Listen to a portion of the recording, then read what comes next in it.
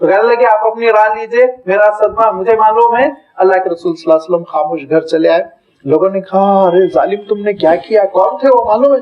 کہا کون تھے؟ کہا اللہ کے رسول۔ وہ بیچاری دوڑی دوڑی آئی، مارے غم کے بیٹے کی موت، آپ سوچئے اس سے بڑھ کے کیا صدمہ ہوگا، دوڑتی ہوئی آئی معافی مانگنے کے لیے۔ کہا اللہ کے رسول میں آپ کو نہیں پہچانی تھی۔ تو اللہ کے رسول نے کہا ٹھیک ہے وہ بات تو صحیح ہے، لیکن الصبر عند الصدمۃ الاولیٰ، 2-4 دن کے بعد تو سب خاموش ہوتے ہیں، جس وقت صدمہ ہو تم کو اسی وقت قابو میں اپنے آپ کو رکھا کرو، اپنی زبان کو کنٹرول میں رکھا کرو، آپ سے باہر نہ ہو۔ تو حلیم وہ ہے، حلم وہ ہے جو غم کے وقت بھی بے قابو نہ ہو۔ اور یہ دو تو شاید ہم کنٹرول کر لیں، لیکن تیسری جو شکل آ رہی ہے وہ تو شاید حیدرآبادیوں سے کنٹرول ہونے والی نہیں۔ خوشی کے موقع پہ بھی بے قابو نہ ہو، ہم نے شادی میں تھرک تھرک کے روڈ پہ نہ نکلو، یہ بھی ہے حلم۔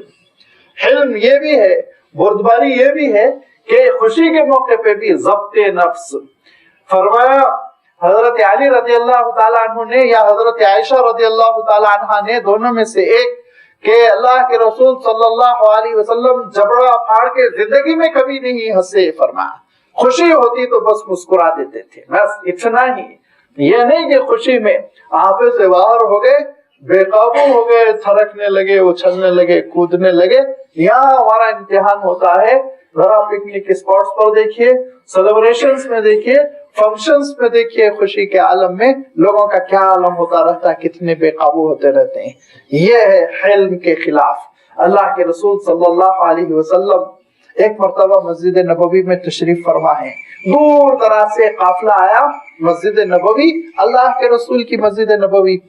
آج ہم پہنچتے ہیں مسجد نبوی تو کتنی خوشی ہوتی ہے، وہ تو صحابہ تھے، اللہ کے رسول کا دور، دوڑ دوڑ کے لوگ آئے اور پہلی صفوں میں جگہ پانے کی کوشش کی۔ ایک صاحب کو اللہ کے رسول صلی اللہ علیہ وسلم نے دیکھا، بڑے وقار کے ساتھ سواری سے اترے اور سواری کو، ایک جانور کو ایک کنارے باندھا، کپڑے جھٹک لیے، ٹھیک ٹھاک ہو کر دھیرے دھیرے وقار کے ساتھ مسجد میں آئے۔ اور مسجد میں آنے کے بعد وہ اپنی جگہ پر بیٹھے تو اللہ کے رسول آگے بڑھ کر کہتے ہیں، اشج ان کا نام ہے، اے اشج، یہ تمہاری جو بردباری اور سنجیدگی ہے نا، یہ دونوں صفتیں یہ اللہ کے پاس بڑی محبوب ہے۔ کہا یہ اللہ کے پاس بڑی محبوب ہے اور اس وجہ سے تم اللہ کے پاس محبوب ہو۔ نماز کے لیے دوڑ کے آنے کو پسند نہیں فرمایا اللہ کے رسول صلی اللہ علیہ وسلم نے، ارشاد فرماتے تھے کہ نماز کے لیے نہ دوڑو، وقار کے ساتھ چلو، سکینت کے ساتھ چلو، سکون کے ساتھ چلو۔ یہ ارشاد فرماتے تھے جو چھوٹ جائے اس کی تکمیل کر لو، جو رکعت چھوٹ جائے، ایک تو یہ کہ پہلے ہی سے آنا چاہیے، آئے لیٹ اور بھاگ رہے ہیں، اور بعض لوگ ایسا لطیفہ کرتے ہیں کہ سیڑھیوں کے پاس سے رکوع کی شکل میں بھاگتے ہوئے آ کے ملتے ہیں، سمجھتے ہیں کہ جماعت مل گئی۔ کیوں؟ نماز سے یہ راہ فرار کیوں ہے؟ آرام سے آئیے، جو رکعتیں چھوٹ گئی پوری خشوع و خضوع کے ساتھ، پوری سنجیدگی کے ساتھ وہ تکمیل کریں۔ حج میں تیز لوگ جا رہے تھے، اللہ کے رسول صلی اللہ علیہ وسلم نے کہا لیس البر فی الاتباع، یہ تیز بھاگ دوڑ میں کوئی نیکی نہیں ہے، کہا سنجیدگی سے چلو، آرام سے چلو۔ یہ حلم، یہ وہ صفت ہے جو اللہ تعالیٰ کو پسند ہے، نبیوں کی صفت ہے۔ حضرت ابراہیم علیہ السلام کی اس صفت کو اللہ تعالیٰ نمایاں کرتے ہوئے ارشاد فرماتا ہے، ان ابراہیم لحلیم اواہ، بہت رونے والے تھے۔ اواہ کے معنی یہ ہوتے ہیں کہ خشیت کا اظہار ہو، جو اللہ تعالیٰ کا خوف اور اس کی خشیت بندے مومن کے دل میں ہے، اس کا اظہار ہو، اور وہ رونے سے ہوتی ہے۔ لہذا اللہ کے رسول صلی اللہ علیہ وسلم ارشاد فرماتے تھے کہ دیکھو 2 قطرے اللہ کو بہت محبوب ہیں، 2 قطرے، ایک وہ خون کا قطرہ جو اللہ کی راہ میں گرتا ہے، اور ایک وہ آنسو کا قطرہ جو اللہ کی یاد میں گرتا ہے۔ کہا یہ 2 قطرے اللہ تعالیٰ کو بہت پسند ہے، اتنے پسند ہے کہ اللہ کے رسول صلی اللہ علیہ وسلم ارشاد فرماتے تھے کہ سبعۃ یظلھم اللہ فی ظلہ یوم لا ظل الا ظلہ۔ دیکھو 7 قسم کے لوگ ہوں گے جن کو اللہ تعالیٰ اپنے عرش کے سائے تلے میدان حشر میں رکھے گا۔ امام عادل، انصاف پسند حکمراں، شاب نشأ فی عبادت اللہ عز وجل، وہ نوجوان جو عبادتوں کے ساتھ اپنی جوانی کو گزارے، اپنی جوانی کو عبادتوں کے ساتھ گزارے، گناہوں سے وہ اپنی جوانی کو آلودہ نہ کرے، وہ بھی عرش کے سائے تلے ہوگا۔ اور اس کے بعد ارشاد فرمایا رجل قلبہ معلق بالمساجد،